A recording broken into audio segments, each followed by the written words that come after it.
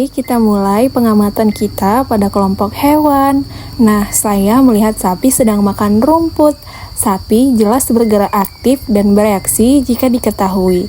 Sapi bernapas dengan paru-paru, perlu makan, pasti tumbuh besar dan berkembang biak secara melahirkan. Semua ciri terpenuhi. Nah, ini adalah kucing. Ini kucing saya, teman-teman. Saya beri nama dia Lulu. Nah, kucing ini juga dapat bergerak lincah loh. Selain bergerak lincah, ia juga dapat melompat dan sangat peka terhadap suara. Kucing bernapas menggunakan paru-paru. Ia juga perlu makan. Dan pastinya, kucing juga tumbuh besar mulai dari anakan dan berkembang biak dengan cara melahirkan. Semua ciri terpenuhi.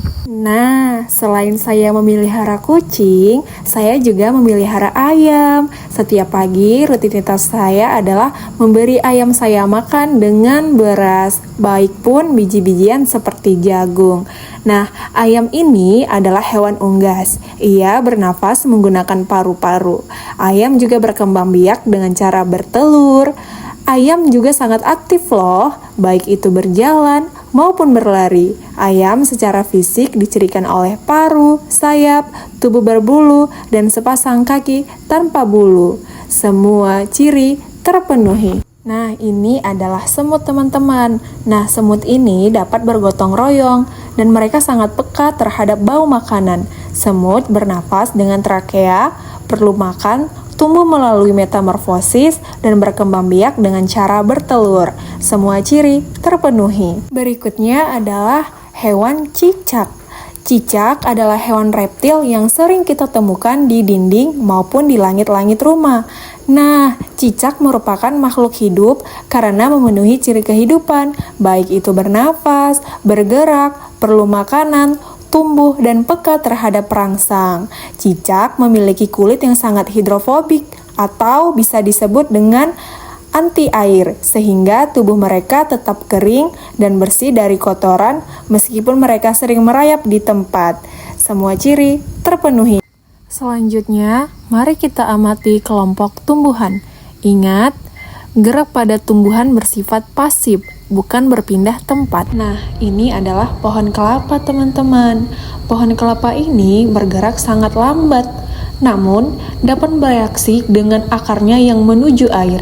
Ia bernapas melalui stomata, perlu makan dengan fotosintesis, tumbuh menjadi pohon yang sangat tinggi dan berkembang biak melalui buah kelapanya tersebut. Nah, ini adalah pohon sawit. Pohon ini juga bergerak melalui pertumbuhan yang tegak lurus.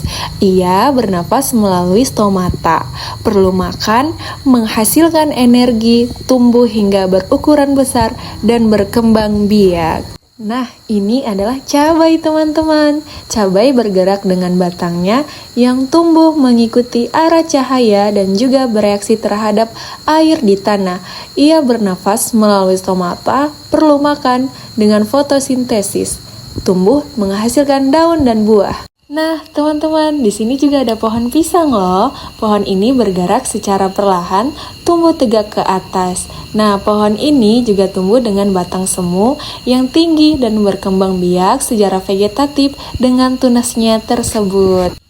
Nah, di sini juga saya punya pohon tomat loh. Pohon tomat ini juga memiliki ciri-ciri seperti bernapas, berkembang biak, peka terhadap rangsang, tumbuh dan berkembang. Dari hasil pengamatan dapat kita simpulkan bahwa semua makhluk hidup memiliki kesamaan ciri-ciri, baik itu bernapas, memperoleh makanan, tumbuh, dan berkembang biak. Perbedaannya terletak pada cara bergerak dan memperoleh makanan. Hewan bergerak aktif mencari makanan, sedangkan tumbuhan hanya perlu diam mengolah makanannya secara fotosintesis. Hal ini membuktikan bahwa semua makhluk hidup memiliki kemampuan beradaptasi untuk mempertahankan kehidupannya. Demikian video kali ini, semoga kegiatan ini dapat menambah pemahaman mengenai perbedaan ciri-ciri makhluk hidup. Wassalamualaikum warahmatullahi wabarakatuh.